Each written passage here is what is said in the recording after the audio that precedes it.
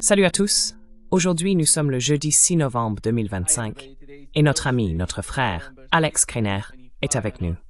Bon retour parmi nous, Alex. Ravi de te retrouver, Nima. C'est toujours un plaisir d'être avec toi et j'adresse mes salutations chaleureuses à ton public.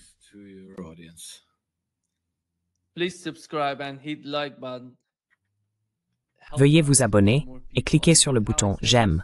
Cela nous aide à toucher davantage de personnes. Et Alex, laissez-moi commencer par ce qui s'est passé à New York. Le premier maire socialiste musulman, soutenu par Soros. C'est incroyable. Que se passe-t-il? Vous savez, Alex, en ce qui concerne ce genre de choses, nous avons déjà vu le même schéma auparavant, pendant les années Obama. Vous vous souvenez de cette époque? Beaucoup pensaient qu'il pourrait y avoir un changement radical dans la politique étrangère et intérieure des États-Unis. Mais ce n'est plus seulement le président maintenant, c'est le maire d'une ville très importante aux États-Unis. À votre avis, qu'est-ce que cela signifie pour le pays et pour la ville de New York? Et pourquoi? En considérant que plus de 75% des jeunes de moins de 30 ans ont voté pour lui. C'est énorme, à mon avis. Cela montre que le statu quo ne fonctionne plus. Les gens cherchent autre chose. Quelle est votre opinion là-dessus?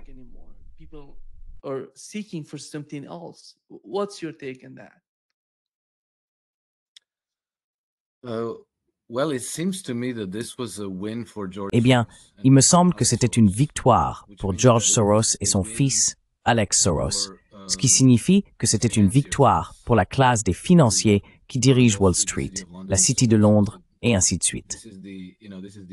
C'est donc l'autre camp, les mondialistes, les sponsors et les contrôleurs du nouvel ordre mondial. Mais vous savez, avec les victoires, le problème, c'est qu'elles peuvent aussi se transformer en défaites. On ne sait jamais. Peut-être dans 6 mois, dans 1 an, qui sait quelle sera la réalité. Pour être honnête, je ne sais pas grand-chose de Mamdani, si ce n'est qu'il est un radical politique et un musulman. Mais je suis ensuite tombé sur une vidéo sur X ou YouTube où il partage un repas avec un groupe de dirigeants juifs de New York.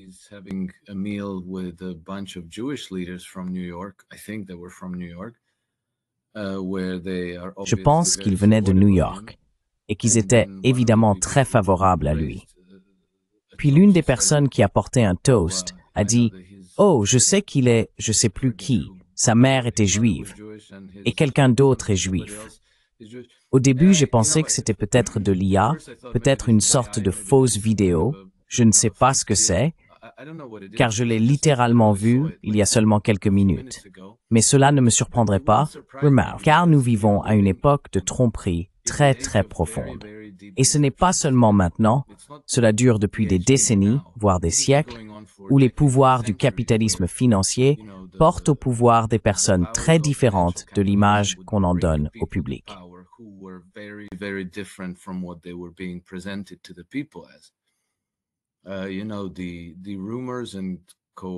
Tu sais, les rumeurs et théories du complot selon lesquelles Obama serait musulman et serait né au Kenya n'ont jamais vraiment disparu. Elles sont toujours là. Elles appartiennent à cette catégorie de choses dont on ne saura peut-être jamais la vérité, n'est-ce pas? Comme les assassinats de JFK, RFK, McKinley et ainsi de suite. Là où toi, Charlie Kirk, exactement. Et puis tout un tas de dirigeants à travers le monde qui ont été présentés d'une certaine manière, mais qui, en réalité, étaient quelque chose de complètement différent. Donc si c'est la vérité pour Zoran Mamdani, je ne serais pas surpris que cette vidéo soit vraie ou fausse.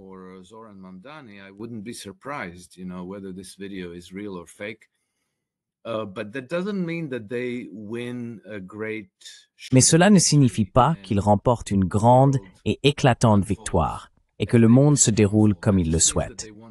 Cela veut simplement dire qu'ils ont gagné un poste dans une ville importante, mais cela pourrait être une victoire à la Pyrrhus.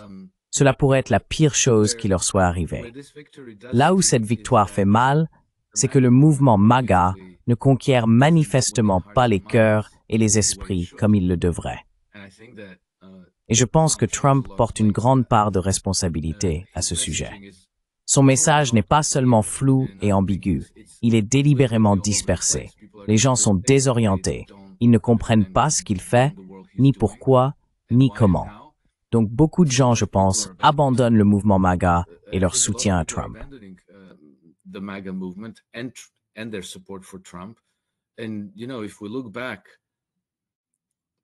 Et vous savez, si l'on regarde en arrière, les gens ont voté pour lui parce qu'ils s'attendaient à ce qu'il ne fasse pas la guerre à d'autres pays, qu'il cesse de mener des opérations de changement de régime. Et maintenant, il semble qu'il veuille changer le régime du Venezuela. Cela en a vraiment l'air. Je ne sais pas s'il veut réellement le faire, mais votre communication n'est manifestement pas claire. Et beaucoup de gens croient que vous êtes sérieux à ce sujet parce que vous donnez cette impression. Je pense donc que c'est vraiment un talon d'Achille pour l'administration Trump. Peut-être que Trump pense devoir gérer les choses de cette manière, avec beaucoup de tromperies, de diversion, de messages contradictoires, une grande ambiguïté stratégique, une sorte de gestion chaotique des affaires.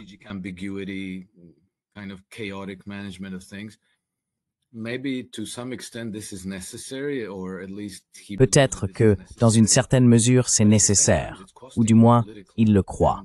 Mais en même temps, cela lui coûte politiquement. L'aspect positif pourrait être qu'ils en tireront une leçon. La défaite est un bien meilleur professeur que la victoire. Nous verrons donc ce qui se passera, mais il faudra un certain temps pour que la poussière retombe. Et encore une fois, le moment crucial pour l'administration Trump, pour le mouvement MAGA, pour ce que l'on pourrait appeler le changement de cap politique des États-Unis, sera les élections de mi-mandat. Je pense que s'ils perdent la majorité à la Chambre et au Sénat, alors tout ce qu'il fait maintenant pourrait être annulé. Et les États-Unis pourraient alors être ramenés dans l'ordre mondialiste et la Troisième Guerre mondiale pourrait être remise sur les rails.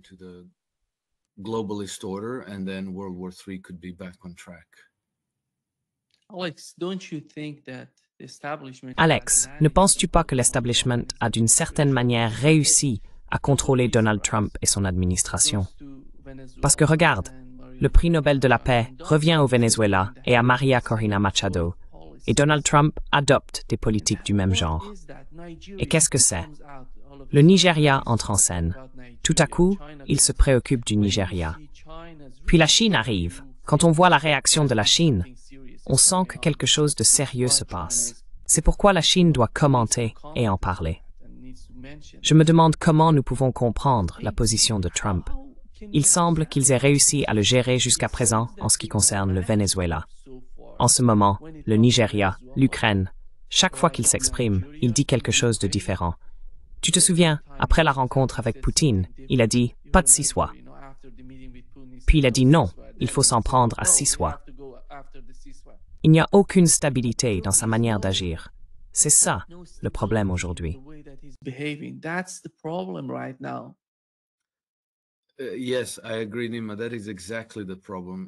Oui, je suis d'accord, Nima. C'est exactement le problème. La raison pour laquelle je ne suis pas sûr qu'il aille réellement jusqu'à un changement de régime au Venezuela, c'est à cause de son passé et de sa manière d'agir. Lors de son premier mandat, il y a eu un moment où il semblait que les États-Unis allaient entrer en guerre avec la Corée du Nord. Souviens-toi, ils avaient commencé cette guerre de mots où ils traitaient Kim Jong-un de « petit homme fusée » et disaient des choses comme « j'ai des fusées plus grandes ».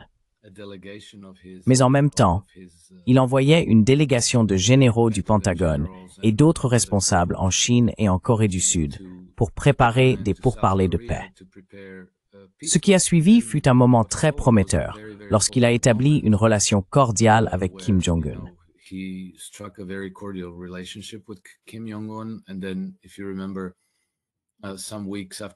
puis, si tu te souviens, quelques semaines plus tard, ils ont effectivement commencé à déminer la zone de démarcation entre la Corée du Nord et la Corée du Sud. Et il semblait qu'ils se dirigeaient vers la réunification des deux Corées. Ensuite, pendant cette administration, il a semblé à un certain moment que les États-Unis allaient certainement entrer en guerre contre l'Iran. J'avais du mal à croire qu'ils iraient vraiment jusqu'au bout. Et puis Trump a commencé à bombarder le Yémen, à faire toutes ces choses insensées, envoyer des bombardiers stratégiques à Diego Garcia, et ainsi de suite. Et puis de tout ce chaos est sorti, pour ce que ça vaut, l'accord de paix en Israël et à Gaza. Et pour l'instant, du moins, une guerre contre Israël n'est pas à l'ordre du jour.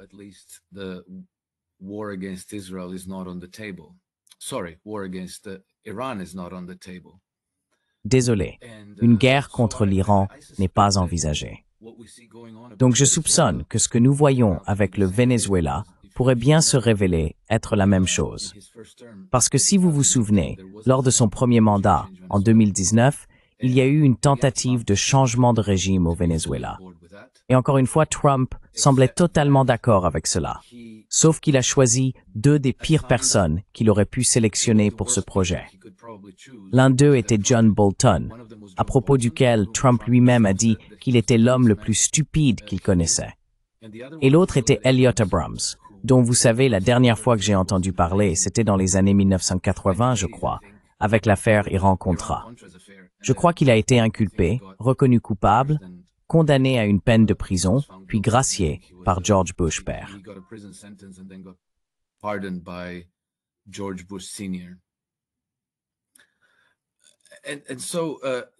Et donc, le résultat de tout cela, c'est que Maduro est toujours au pouvoir au Venezuela. Malgré tous les signaux, malgré tous les messages, le changement de régime n'a pas eu lieu. Est-ce que ce sera la même chose cette fois-ci? Je ne sais pas. Mais voici ce qui me dérange. Si les États-Unis parviennent à renverser le régime vénézuélien et à porter María Corina Machado à la présidence, Trump aura offert un cadeau colossal aux financiers de Wall Street. Car ce sont eux qui veulent un changement de régime au Venezuela, au Nigeria et partout ailleurs, bien sûr. Et d'après ce que j'ai compris, l'une des missions de Trump, lorsqu'il était en fonction, était justement de lutter contre la classe des financiers mondiaux. Du moins, selon des témoins, c'est exactement ce qu'il a dit à un groupe de républicains à Chicago en les invitant à se joindre à lui dans ce combat.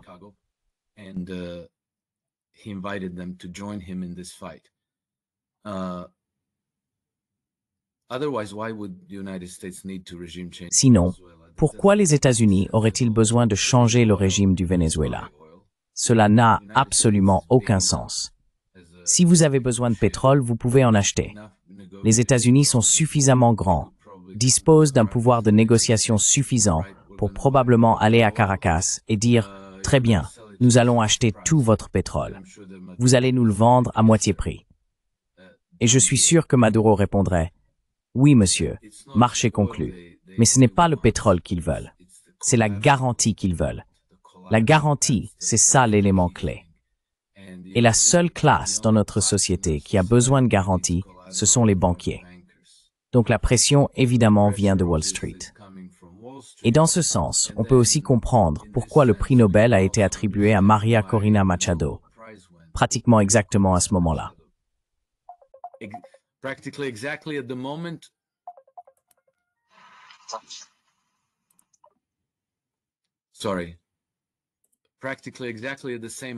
Désolé, pratiquement au même moment où Donald Trump lui-même convoitait le prix Nobel de la paix.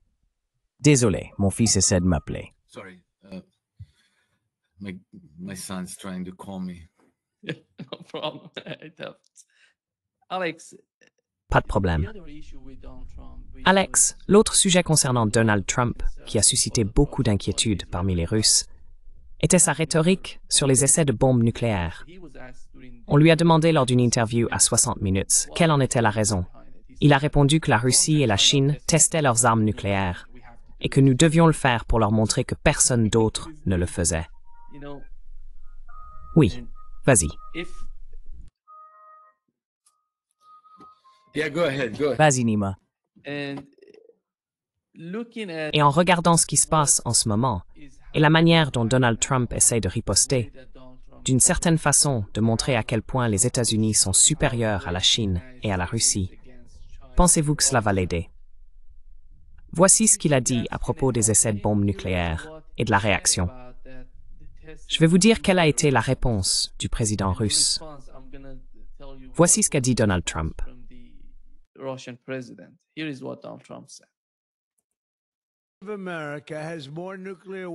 L'Amérique possède plus d'armes nucléaires que tout autre pays. Cela a été accompli grâce à une mise à jour complète et à une rénovation des armes existantes pendant mon premier mandat, lorsque j'ai reconstruit l'armée. En raison de leur formidable pouvoir destructeur, j'ai détesté le faire. Cela concernait les armes nucléaires, mais je n'avais vraiment pas le choix. La Russie arrive en deuxième position et la Chine est loin derrière. Mais elle rattrapera son retard d'ici 5 ans. En raison des programmes d'essai d'autres pays, j'ai donné instruction au département de la Défense de commencer à tester nos armes nucléaires sur une base équitable. Ce processus commencera immédiatement. Merci de votre attention à cette question. Et vous savez ce que Poutine a dit? Il a déclaré que cette rhétorique constituait un problème sérieux.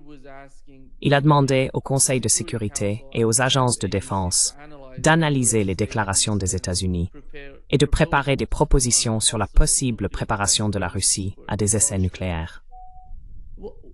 Quelle est cette nouvelle rhétorique de la part de Donald Trump?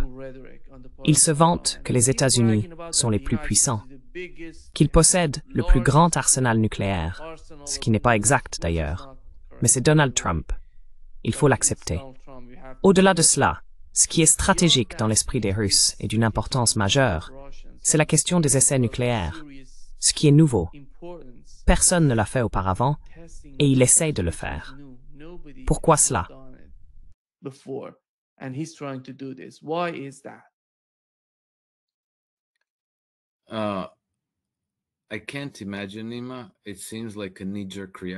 Je n'arrive pas à imaginer, Nima. Cela ressemble à une réaction instinctive déclenchée par l'annonce par Vladimir Poutine du missile Burevestnik et du Poséidon.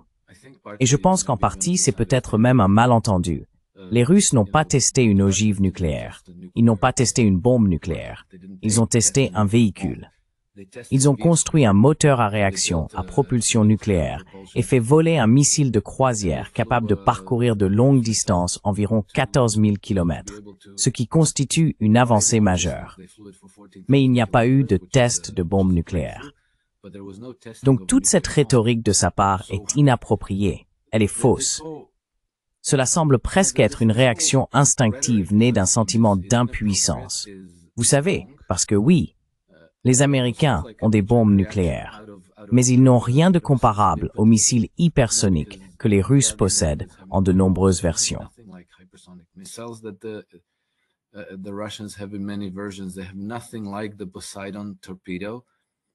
Ils n'ont rien de comparable à la torpille Poséidon.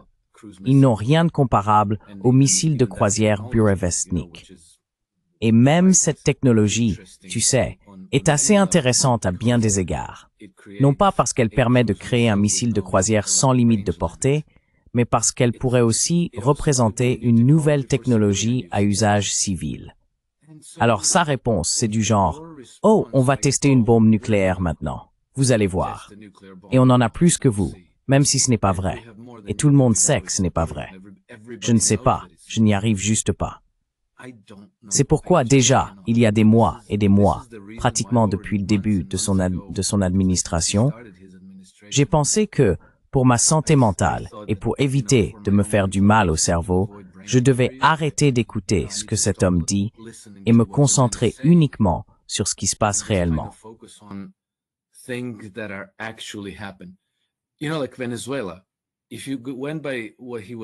Tu sais, comme le Venezuela, si tu te fiais à ce qu'il disait, tu deviendrais fou, non? Mais voyons ce qui se passe en réalité, parce que les choses pourraient ne pas se dérouler comme elles semblent aller pour le moment. Et puis ça, tester des bombes nucléaires. Tu peux pas simplement, tu sais, allumer une mèche avec un briquet, la lancer et que ça explose. Il faut préparer ça. C'est un processus. D'après ce que je comprends, ça prend des mois, peut-être même 2 ou 3 ans pour y parvenir. Donc il parle. Trump ne fait que parler. Tu te souviens, il y a environ 1 mois, il disait « Oh, nous voulons la base de Bagram, nous voulons y retourner ». Il n'en a plus jamais reparlé depuis.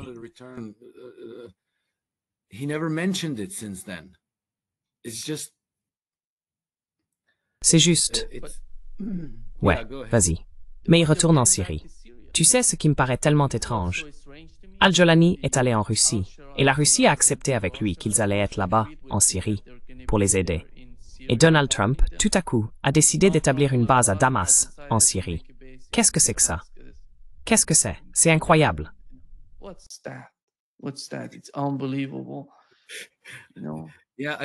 Ouais, je ne sais pas. Tu vois, est-ce qu'ils vont en reparler dans un mois? Est-ce qu'ils le font vraiment?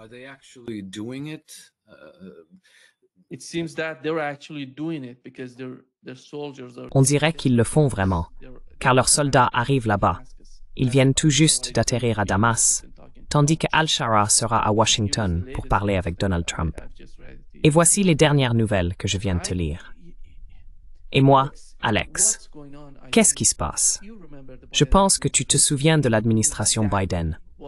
Nous savions exactement ce qu'ils allaient faire. Nous n'aimions pas ça. Nous la critiquions sans arrêt. Ce dont parlait Anthony Blinken, ce dont parlait Jake Sullivan. Ils étaient partout dans les médias, à parler.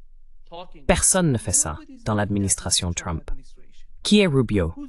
Sais-tu ce qu'il pense de ce qui se passe? Même au Venezuela. Il ne sort rien de l'administration. Tu sais, le secrétaire d'État et le conseiller à la sécurité nationale. C'est la même chose, Marco Rubio. Et personne ne sait qui est Marco Rubio, ni ce qu'il veut.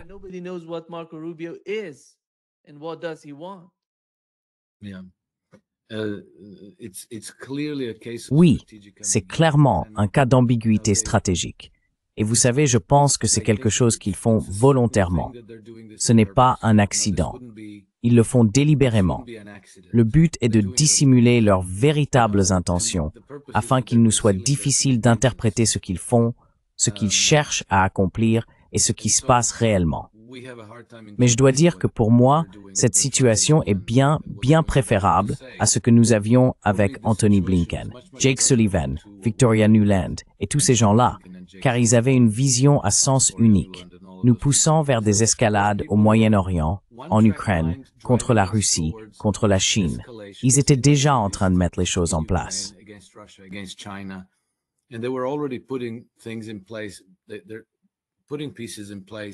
Ils mettaient en place les éléments pour toutes ces guerres. Vous savez, Biden disait quelque chose comme « Oh oui, une guerre sur 3 fronts, pas de problème, nous sommes les États-Unis d'Amérique, bon sang, nous pouvons le faire. Nous pouvons battre tout le monde. »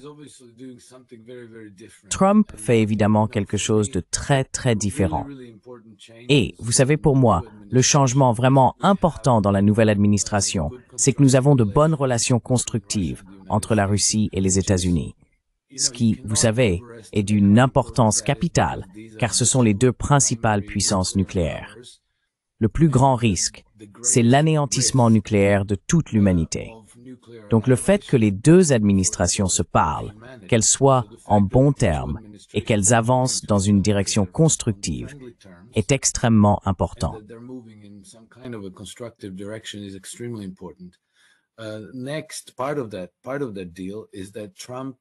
Ensuite, une partie de cet accord est que Trump a refusé d'accorder une garantie de sécurité à l'Ukraine. C'était le fil déclencheur, le point de départ de la Troisième Guerre mondiale. Il a refusé cela, et il réduit l'implication des États-Unis dans le projet Ukraine, tout en poussant l'Europe à réduire la leur. Les Européens continuent de soutenir l'Ukraine. Ils continuent de fantasmer sur une guerre contre la Russie. Mais en réalité, ils ne peuvent pas faire grand-chose à ce sujet pour le moment. Trump a évité d'entrer en guerre avec l'Iran. Il a déclaré explicitement qu'il n'était pas intéressé par un changement de régime en Iran. Donc, sur la base des décisions politiques importantes que nous avons observées au cours des 10 derniers mois, je préfère largement l'administration Trump à l'administration Biden.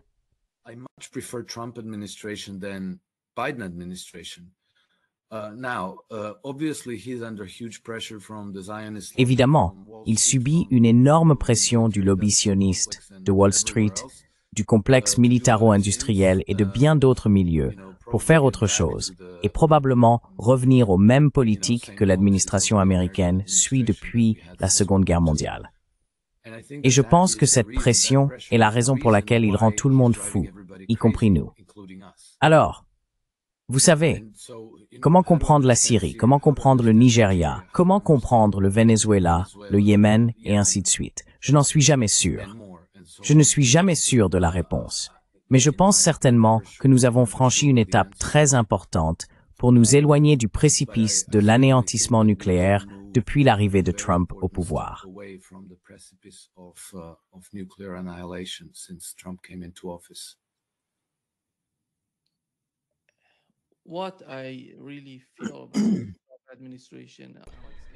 Ce que je ressens vraiment à propos de l'administration Trump, Alex, c'est que, en regardant son premier mandat, il voulait se retirer de Syrie. Mais il ne l'a pas fait. Avec la Russie, c'était un énorme chaos, tu sais, toute l'affaire du Russia Gate et tout ça. Et l'absurdité de la situation actuelle, c'est que les personnes qui le soutenaient à l'époque sont aujourd'hui attaquées par lui pour la position qu'elles adoptent sur le Venezuela. Ce ne sont pas des signes positifs pour beaucoup de gens qui espéraient une nouvelle stratégie de Donald Trump, version 2.0. Et d'un autre côté, Alex, regarde le Moyen-Orient, regarde ce qui s'y passe.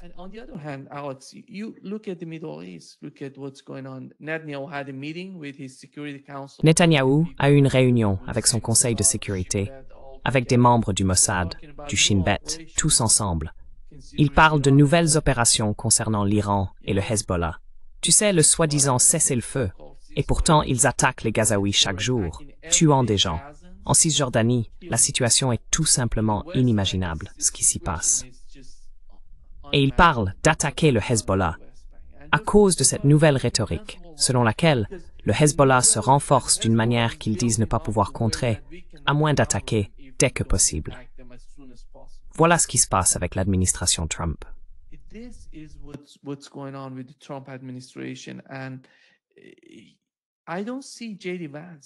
Et je ne vois pas J.D. Vance dans ce rôle. J.D. Vance est récemment allé en Israël et a dit qu'il avait été choqué par le vote. Il s'y trouvait alors qu'il parlait de l'annexion de la Cisjordanie.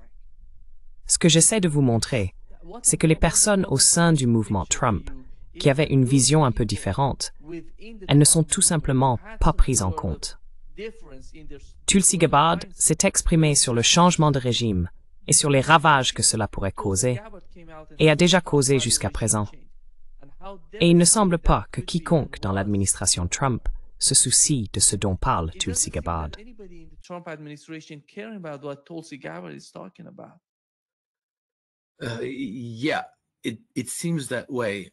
Oui, on dirait bien.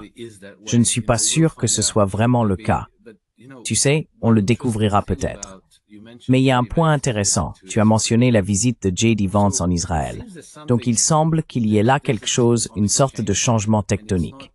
Ce n'est pas vraiment visible. Mais au niveau symbolique, tu sais comment chaque Américain, chaque politicien occidental, chaque politicien d'où qu'il vienne, quand il va en Israël, doit passer par le rituel d'aller au mur des lamentations, d'embrasser le mur, de se faire photographier là-bas, et ainsi de suite. J.D. Vance ne l'a pas fait. Il est allé à l'église du Saint-Sépulcre et y a passé du temps avec les prêtres chrétiens.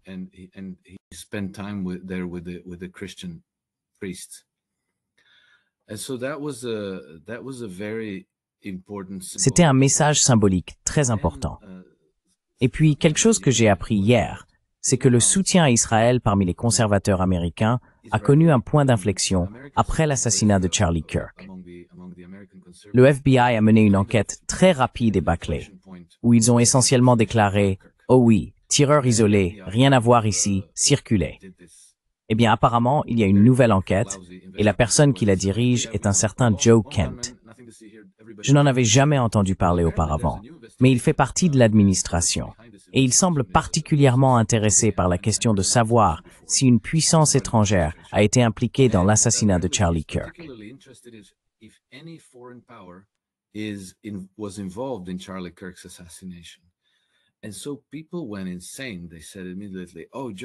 Et donc les gens sont devenus fous.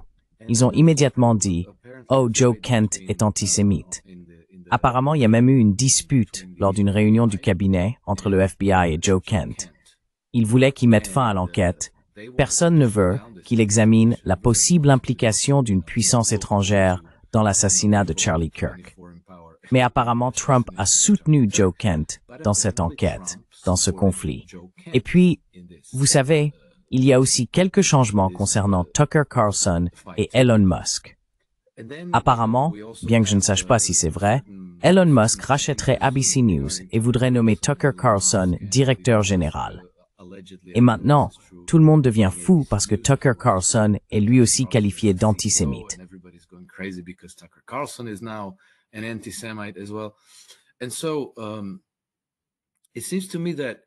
Il me semble que tout d'abord, nous assistons à certains changements tectoniques qui se produisent sous le radar, sous la surface, derrière la façade, peu importe comment on le formule.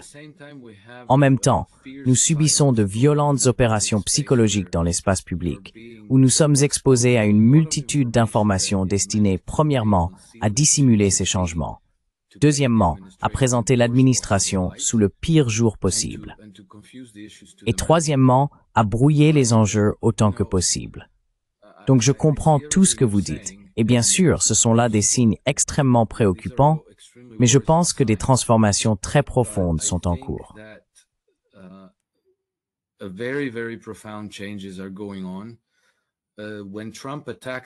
Quand Trump attaque quelqu'un, je ne sais pas s'il l'attaque vraiment ou s'il l'attaque comme il a attaqué Kim Jong-un. Quand il se brouille avec quelqu'un, est-ce réel ou est-ce une brouille comme celle entre lui et Elon Musk il y a quelques mois? Vous savez, ils ne se sont pas vraiment disputés, c'était peut-être faux ou simplement pas très important. Donc j'essaye, disons, d'ignorer la tempête de manipulation psychologique qui nous arrive dessus et de me concentrer sur la question de savoir si de vrais changements sont en train de se produire. Et je pense que si ce n'était pas le cas, alors tous les médias publics seraient pleins d'éloges pour Trump. J'essaye donc aussi de le juger à ce que dit l'autre camp, et il est clair qu'ils sont très contrariés par ses décisions politiques.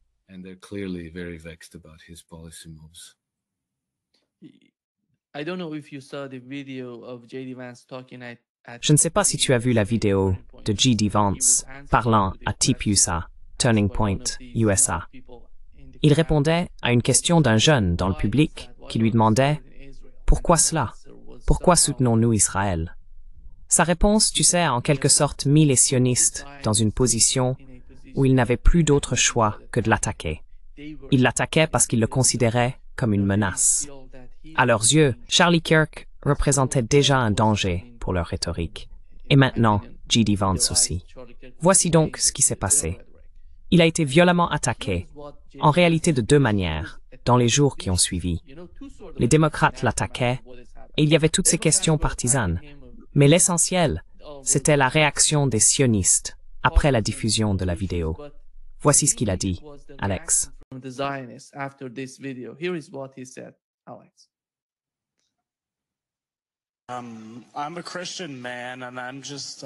Je suis un homme chrétien et je ne comprends pas pourquoi il existe cette idée selon laquelle nous devons quelque chose à Israël ou qu'ils sont notre plus grand allié, ou encore que nous devons soutenir ce programme d'aide étrangère de plusieurs centaines de milliards de dollars à Israël pour couvrir, pour citer Charlie Kirk, le nettoyage ethnique à Gaza. Je ne comprends tout simplement pas pourquoi cette idée s'est imposée, étant donné que non seulement leur religion ne correspond pas à la nôtre, mais qu'elle soutient ouvertement la persécution de la nôtre. Oui, donc laissez-moi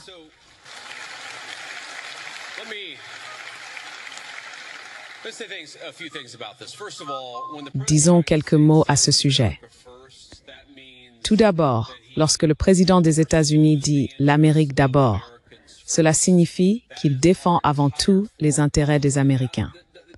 C'est l'ensemble de notre politique étrangère. Cela ne veut pas dire que nous n'aurons pas d'alliance ou que nous ne travaillerons pas avec d'autres pays de temps en temps. Ce que le président pense, c'est que parfois Israël a des intérêts similaires à ceux des États-Unis et nous collaborerons avec eux dans ce cas. Parfois, ce n'est pas le cas. Par exemple, dans le plus récent plan de paix pour Gaza, sur lequel nous avons tous travaillé très dur ces dernières semaines, le président n'a pu conclure cet accord de paix qu'en acceptant réellement d'exercer une certaine pression sur l'État d'Israël.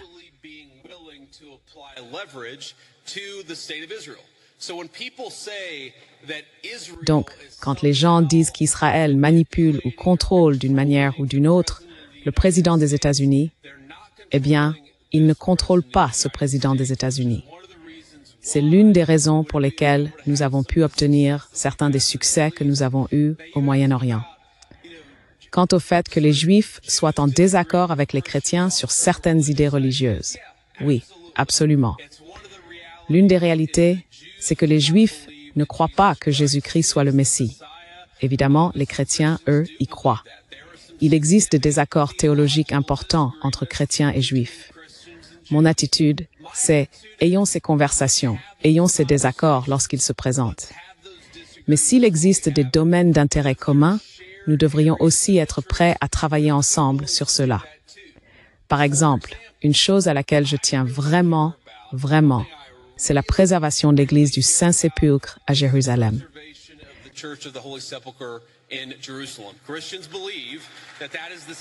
Les chrétiens croient que c'est l'endroit où Jésus-Christ a été crucifié et que son tombeau s'y trouve également. Mon point de vue est que si nous pouvons collaborer avec nos amis en Israël pour garantir aux chrétiens un accès sûr à ce lieu, c'est clairement un domaine d'intérêt commun. Cela me convient parfaitement. En revanche, ce que je n'accepte pas, c'est qu'un pays passe avant les intérêts des citoyens américains. Et il est important pour nous tous, et supposons que nous soyons citoyens américains, de placer les intérêts de notre propre pays en priorité.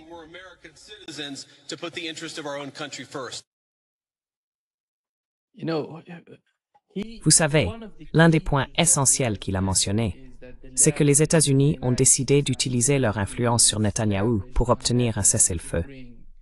Et les gens sont devenus fous. Les sionistes, eux, l'ont fait. Oui.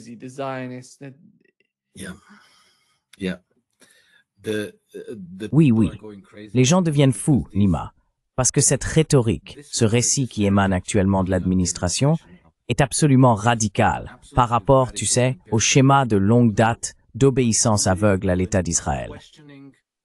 Tout ce qu'on pouvait dire, et c'est encore vrai pour le Congrès, c'était « Je soutiens l'État d'Israël, qu'il ait raison ou tort. Israël a le droit de se défendre. » Et ainsi de suite. Il n'a probablement jamais été possible, je pense, depuis Dwight Eisenhower, que quelqu'un dise quoi que ce soit d'un tant soit peu critique envers l'État d'Israël. Donc ici, J.D. Vance est très subtil dans son message, mais le contenu de ce message marque une rupture radicale avec le statu quo que nous avions depuis des décennies.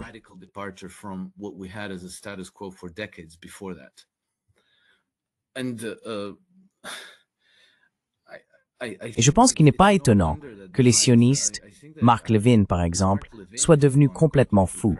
Ils attaquent maintenant Trump, J.D. Vance et toute l'administration parce qu'ils se rendent compte qu'ils perdent du soutien. Et non seulement cela, mais évidemment, Trump ne peut pas faire cela ouvertement. Il ne peut pas simplement dire « Très bien, nous ne soutiendrons plus l'État d'Israël. C'est fini. » Mais cela ne me surprendrait pas s'il ressentait réellement cela, s'il pensait de cette façon. Je le dis depuis des mois, si j'étais un sioniste fervent, je ne ferais absolument pas confiance à Donald Trump.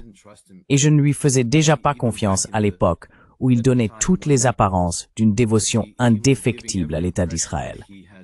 Cela m'a toujours semblé creux, calculé et creux.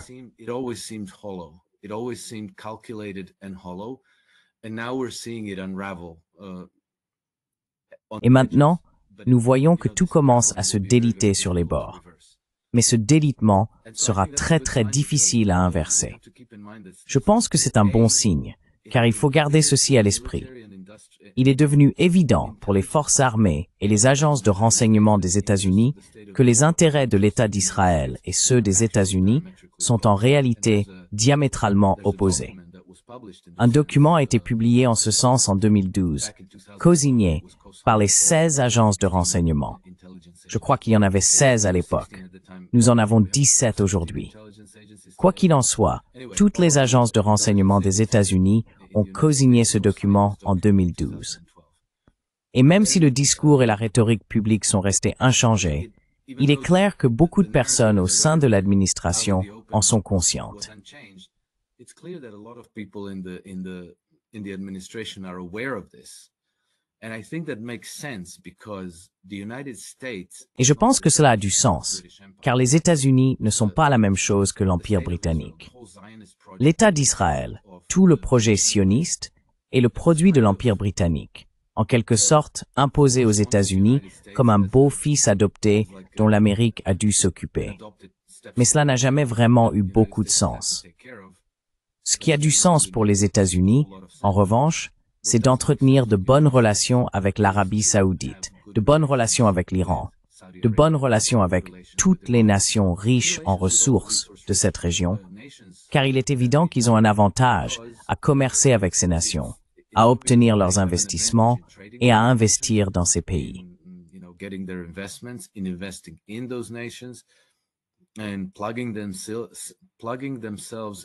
Et en s'intégrant à tous ces nouveaux corridors commerciaux en cours de développement, des investissements massifs, absolument massifs, dans les infrastructures, les ports, et ainsi de suite. C'est la région du monde en pleine croissance. Et il faut y être présent. On ne peut pas le faire si l'on est en guerre avec tout le monde, parce qu'on protège ce vilain petit canard qui maintient tout le monde sur les nerfs, déstabilise continuellement la région et provoque tous ses voisins. Donc je pense que d'une manière subtile et peu évidente, ce découplage entre Israël et les États-Unis est en train de se produire.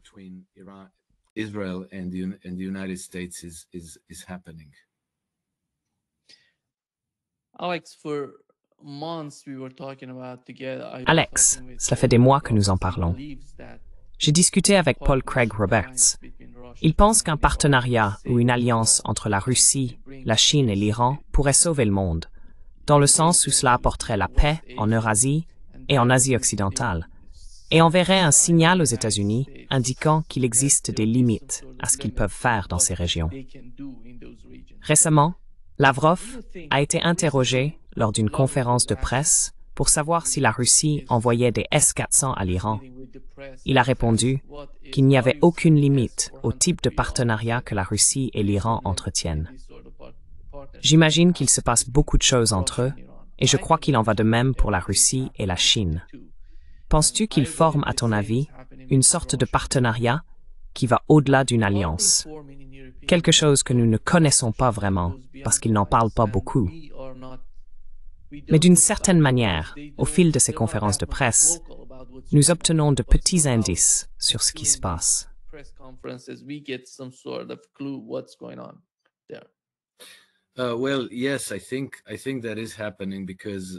Eh bien, oui, je pense que c'est en train de se produire, car il est très clair que les Russes et les Chinois ont commencé à mettre en œuvre une politique qui repose sur l'Iran, non seulement comme partenaire régional, mais en réalité comme pilier de leur architecture de sécurité en Asie occidentale.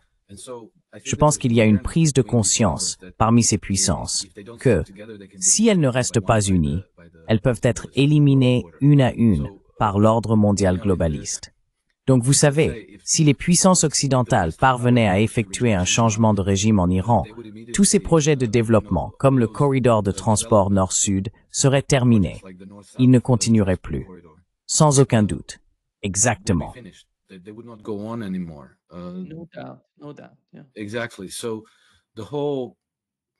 Ainsi, l'ensemble de l'initiative La Ceinture et la Route, des BRICS et de l'OCS, l'Organisation de coopération de Shanghai, considère, selon moi, l'Iran comme une partie intégrante de ces dynamiques.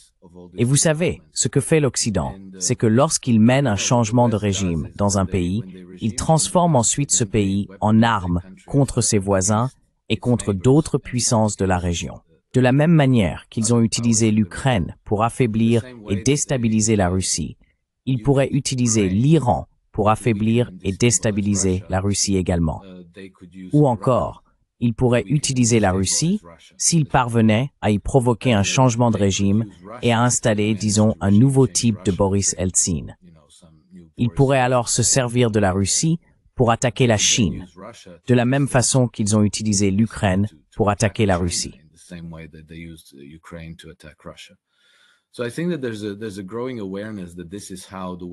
Je pense qu'il y a une prise de conscience croissante que c'est ainsi que l'Occident joue son jeu.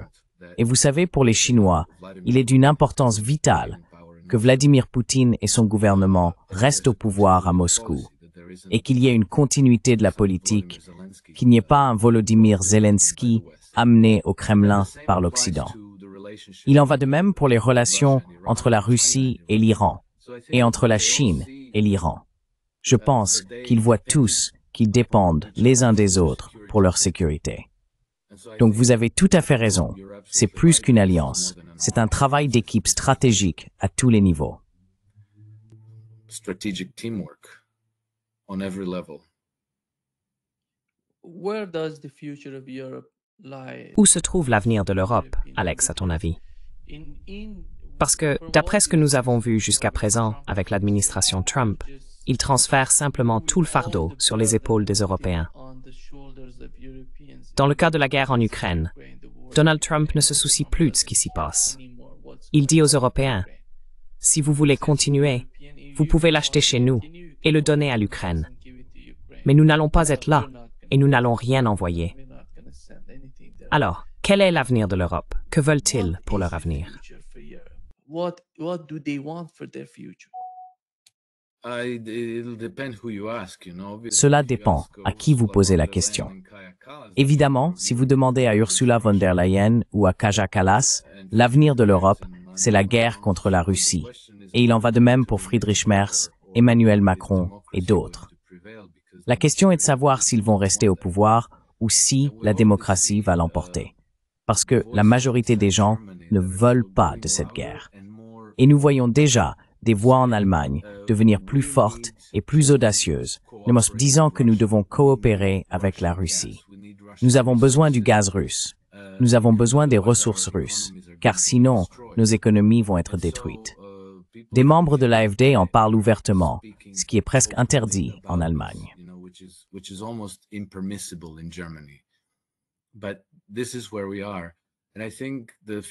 Mais c'est là où nous en sommes.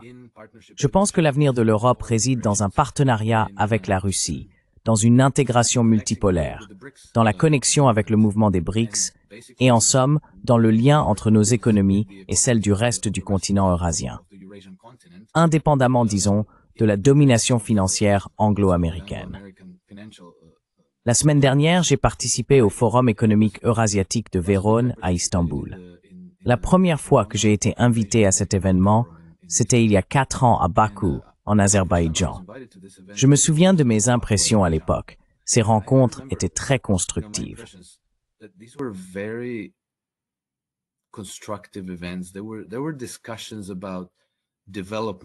Il y a eu des discussions sur le développement, l'industrialisation et la construction d'infrastructures, qui n'étaient pas, vous savez, de simples discours creux sur un avenir hypothétique ou des promesses en l'air. Les gens parlaient de projets très concrets qui étaient en cours d'élaboration pendant que nous en discutions sur place. Et maintenant, un ami à moi vient tout juste de rentrer de Bakou en Azerbaïdjan au moment même où je quittais Istanbul.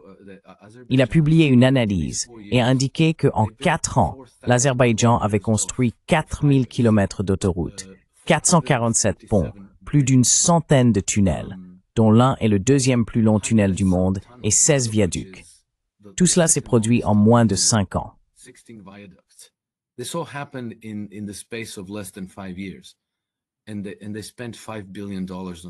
Et ils ont dépensé 5 milliards de dollars pour tout cela. Et cela, vous savez, si ça se produit en Chine, si ça se produit en Russie ou en Azerbaïdjan, cela peut se produire n'importe où. Cela peut se produire en Europe, ce qui représente une vision du monde très très différente. Orienter sa société dans cette direction plutôt que de verser des centaines de milliards de dollars dans le complexe militaro-industriel et dans la préparation à la guerre. Parce qu'on dit « Oh, d'ici 2028 ou 2029, nous allons entrer en guerre contre la Russie ». Nous savons donc ce que veulent nos dirigeants. Nous savons aussi ce que veulent les gens ordinaires. Et le contraste ne pourrait pas être plus frappant. La question est donc la suivante. La démocratie va-t-elle l'emporter ou bien ces élites dégénérées et consanguines vont-elles l'emporter?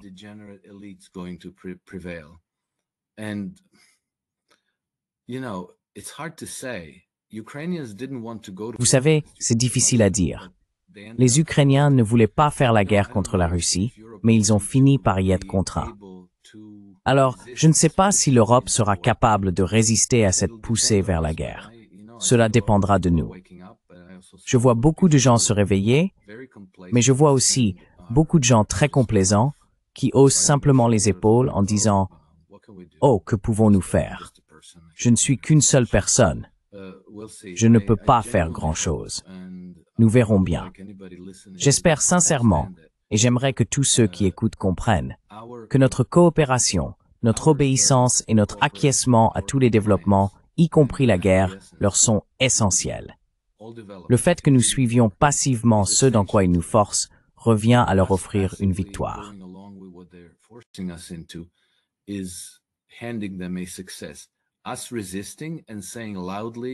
Le fait que nous résistions et que nous disions haut et fort « Non, nous n'irons pas en guerre contre la Russie » arrêtera la marche vers la guerre. Je vous garantis qu'un grand nombre de parents en Ukraine, en ce moment, regrettent probablement de ne pas avoir été un peu plus fermes dans leur résistance à cette marche vers la guerre, même au risque de leur sécurité, de leur emploi, de leurs revenus, et ainsi de suite. Parce que vous savez, l'alternative, c'est de rendre visite à vos enfants sous le drapeau de votre pays, 6 pieds sous terre, parce qu'ils ont été sacrifiés dans ces guerres.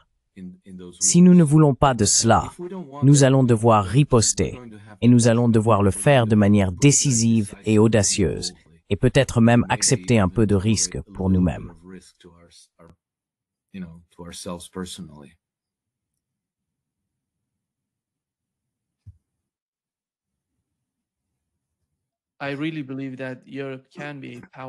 Je crois vraiment que l'Europe peut devenir une puissance si elle parvient à instaurer une certaine forme d'équilibre entre l'Est et l'Ouest. C'est très important. La Russie est, je pense, la clé de ce processus. La militarisation est aujourd'hui l'idée la plus dévastatrice pour l'Europe. Et malheureusement, les deux phénomènes se produisent en ce moment même, avec le cas du projet Ukraine.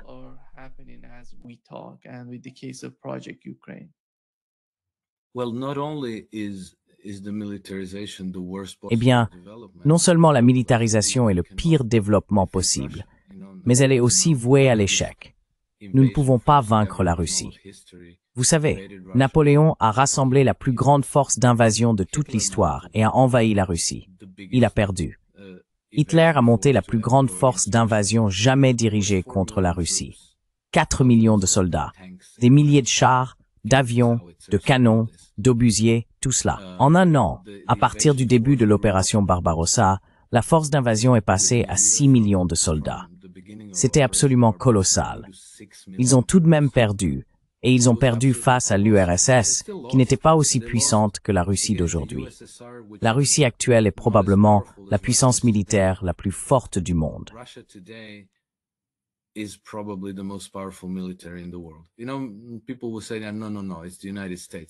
Les gens diront « Non, non, non, c'est les États-Unis ». Non, je pense que c'est la Russie, car même si elle est plus petite, même si elle dépense moins pour la défense, elle a 4 ans d'expérience de guerre. On ne peut acquérir de l'expérience de guerre qu'en menant des guerres. Les États-Unis n'ont pas mené de vraies guerres. Ils ont mené des campagnes anti-guérilla, des opérations de type pompier, si vous voulez. Ils ont perdu face aux talibans, ils ont perdu face aux Yéménites, ils ont perdu au Vietnam. Ils n'ont pas mené de véritable guerre depuis la Seconde Guerre mondiale. Et cela va être, encore une fois, la Seconde Guerre mondiale n'était pas, oui, exactement même là. Vous savez, ce n'était pas à fond comme la Russie a combattu. Et la Russie est chez elle, ancrée sur le continent eurasien.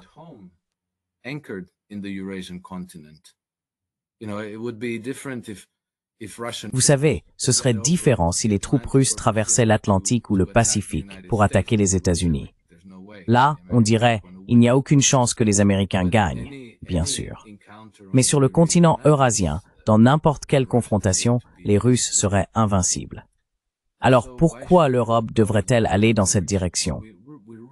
Nous devons vraiment nous interroger et analyser qui pousse à cela, puisque cela n'a aucun sens, puisque c'est suicidaire et extrêmement destructeur. Qui veut réellement cela et pourquoi? Je pense que ce sont ces segments de notre société qu'il faut complètement priver de toute influence. Ils devraient probablement être internés dans des asiles psychiatriques. Et vous savez, c'est probablement là qu'ils devraient passer le reste de leur vie.